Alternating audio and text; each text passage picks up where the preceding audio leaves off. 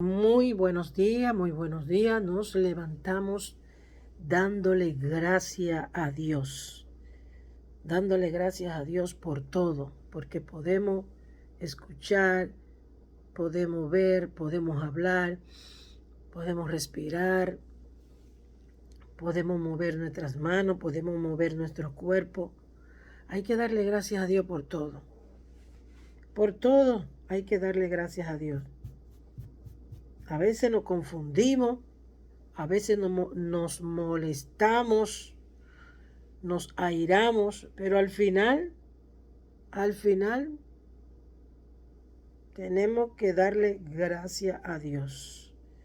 Porque imagínense, ¿de qué nos sirve a nosotros estar enojados con Dios? ¿De qué? De nada. Enojarse con Dios es pérdida. Y yo no te digo a ti que tú no te enojes un día con Dios, claro que sí. Pero al final te das cuenta que lo único que nos queda es rendirnos a Él. El capítulo 7, voy a comenzar rapidito, está bien largo. Es larguito este capítulo. Y dice, después de estas cosas andaba Jesús en Galilea, pues no quería andar en Judea, porque los judíos procuraban matarle. ¿Quién era que querían matar a Jesús? No dicen los romanos. No, los judíos. Israel, el que hoy nosotros conocemos como Israel. Ellos fueron los que mataron al Hijo de Dios.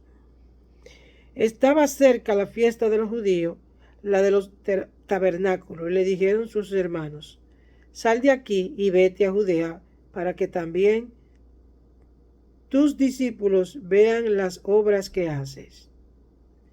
Porque ninguno que procura darse a conocer hace algo en secreto. Si estas cosas hace, manifiéstate al mundo, porque ni aun sus hermanos creían en él. Entonces Jesús les dijo, mi tiempo aún no ha llegado, mas su tiempo siempre está presto. No puede el mundo aborrecerlo a ustedes más que a mí. No puede el mundo aborrecerlo a ustedes, mas a mí me aborrece porque yo testifico de él, que sus obras son malas. Subí usted a la fiesta, yo no subo todavía a esa fiesta, porque mi tiempo aún no se ha cumplido. Y habiéndole dicho esto, se quedó en Galilea. Aquí, supuestamente aquí, habla de los hermanos biológicos de Jesucristo, hermano de sangre en cuanto a María. Porque esto ha sido un tema de discusión entre los católicos y los evangélicos, que María tuvo más hijos, que no tuvo más hijos. Yo particularmente digo que sí. Particularmente yo digo que sí, que ella tuvo más hijos, porque Dios no la iba a dejar a ella sola. Porque en aquel tiempo una mujer sola no era nada ni nadie. ¿Por qué? Porque en aquel tiempo era el hombre. El hombre era el que tenía que suplirle a la mujer en todo. El papá, el esposo a la esposa. Pero si tú eres un hombre, por ejemplo, tu papá moría, tú eres responsable de tu mamá y de tus hermanas. Así era esa asquerosa cultura. Porque no se puede decir otra cosa. Pero después que sus hermanos habían subido, entonces él también subió a la fiesta, no abiertamente, sino como en secreto. Y le buscaban los judíos en la fiesta y decían, ¿dónde está aquel? Y había gran murmullo acerca de él entre la multitud, pues uno decía, es bueno, pero otro decía, No, sino que enseña, que engaña al pueblo. Pero ninguno hablaba abiertamente de él por miedo a los judíos. Oiga, oiga, qué dictadura tenían esa gente. Por eso es que esa gente no tiene paz. Te cuenta cómo viven. Eso es a cada rato. Cuando no es un país que lo acecha de otro. Es como un refrán que dicen que tienen los boricuas, el cuchillito de palo. Así está Israel. Las amenazas, alegóricamente hablando, todo alrededor de ellos, todos esos países alrededor de ellos, lo viven atacando, pero es parte de la profecía, porque Israel no vas a tener paz hasta que Cristo venga. Mas a la mitad de la fiesta subió Jesús al templo y enseñaba. Y se maravillaban los judíos diciendo, ¿cómo sabe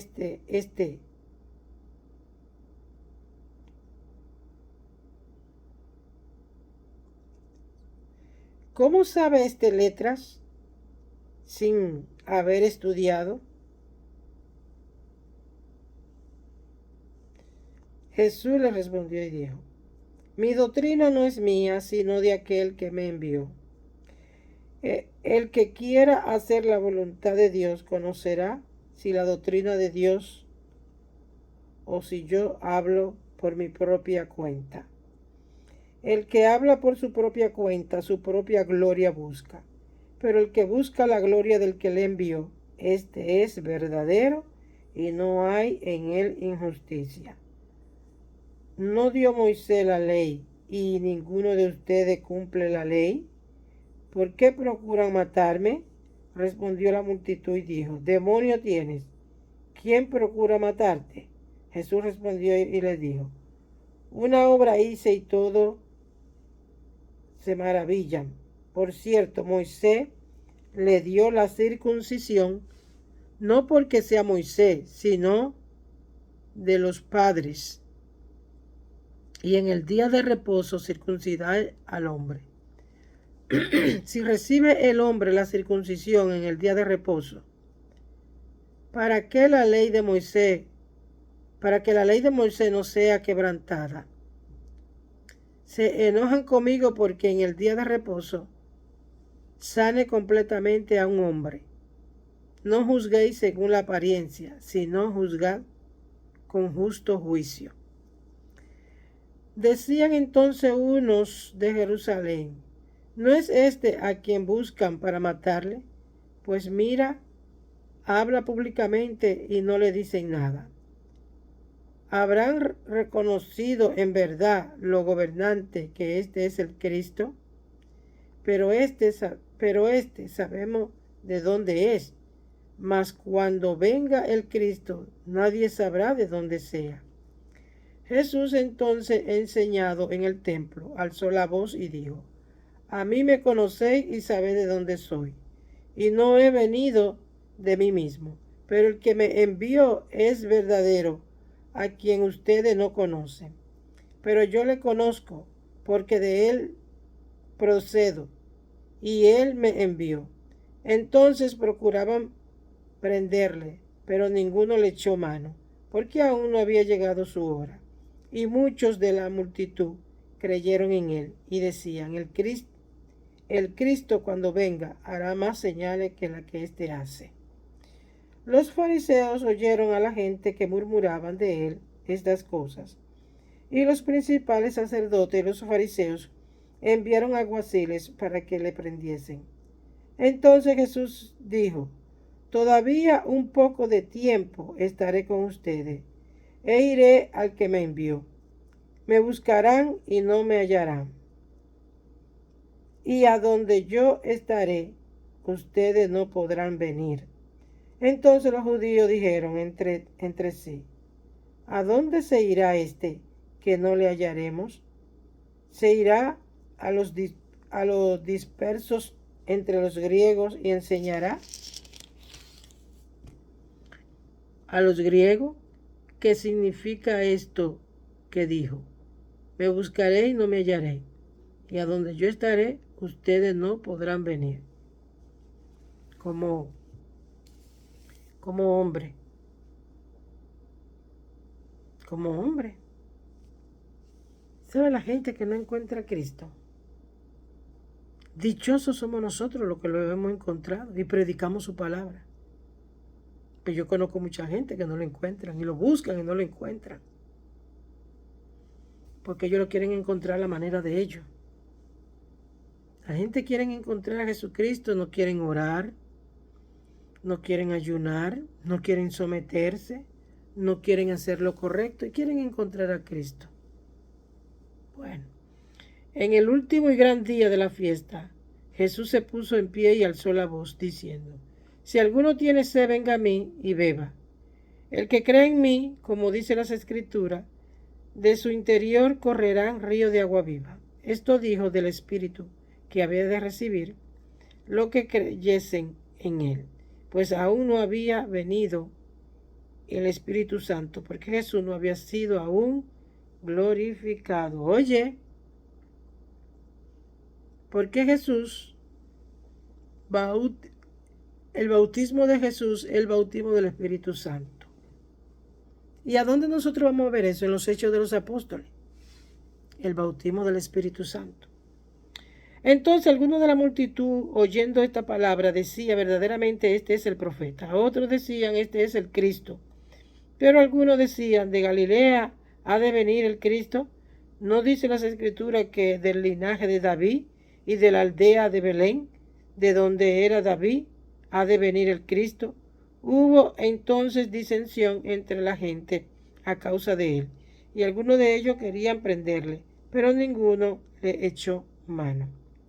Los alguaciles vinieron a los principales sacerdotes y a los fariseos, y esto le dijeron: ¿por qué no le habéis traído? Los alguaciles respondieron: jamás hombre alguno ha hablado como este hombre. Entonces los fariseos le respondieron: ¿también ustedes han sido engañados? ¿Acaso ha creído en él alguno de los gobernantes o de los fariseos?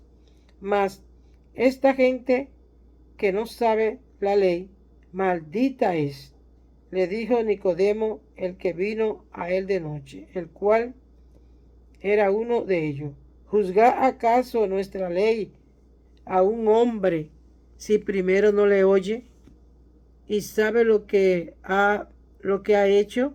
Respondieron y le dijeron: ¿eres tú también Galileo?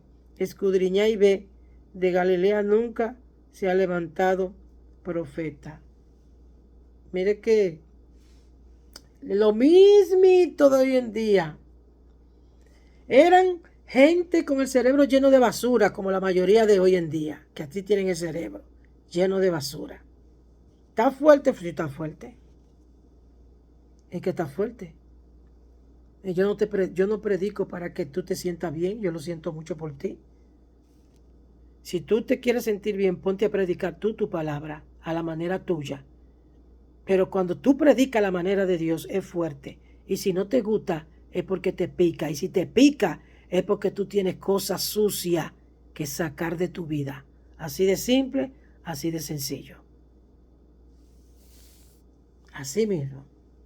Yo me pongo a leer la Biblia y esta gente, estas historias lo que me hace es coger náusea, porque así mismo está la gente de hoy en día. Así mismo. Y está clarito. A veces me pregunto, bueno, ¿será que la única que Dios le explica así es a mí? ¿Será? Pero te voy a decir algo. La Biblia dice que son muchos los llamados y pocos los escogidos. Yo soy de esos pocos. De esos pocos. Y de esos pocos escogidos, yo también sé que hay aquí personas como Ana. Dios te bendiga, Ana. Me alegro cuando me escribe porque sé porque sé que está bien.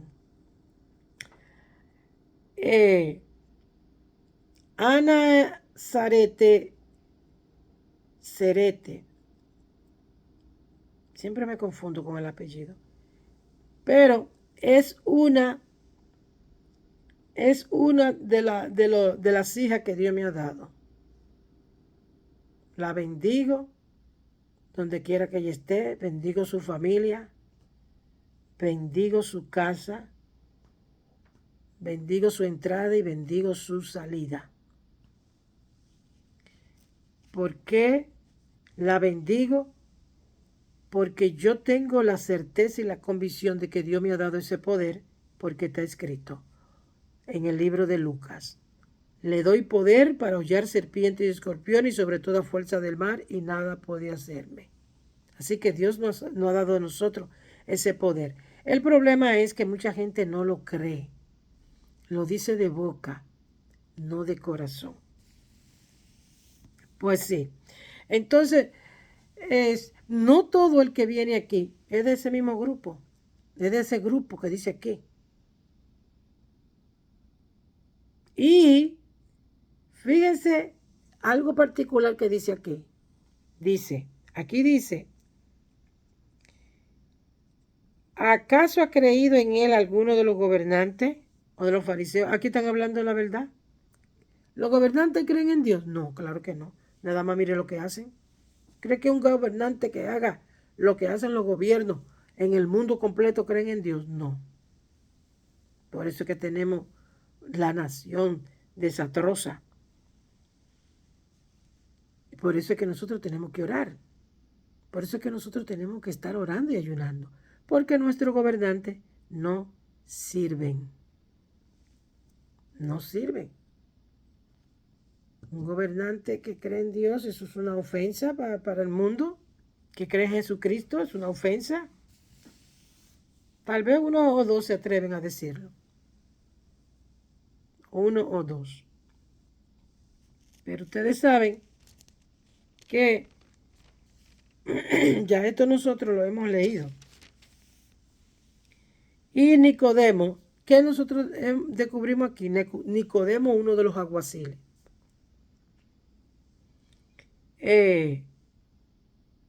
Los hermanos de Jesús.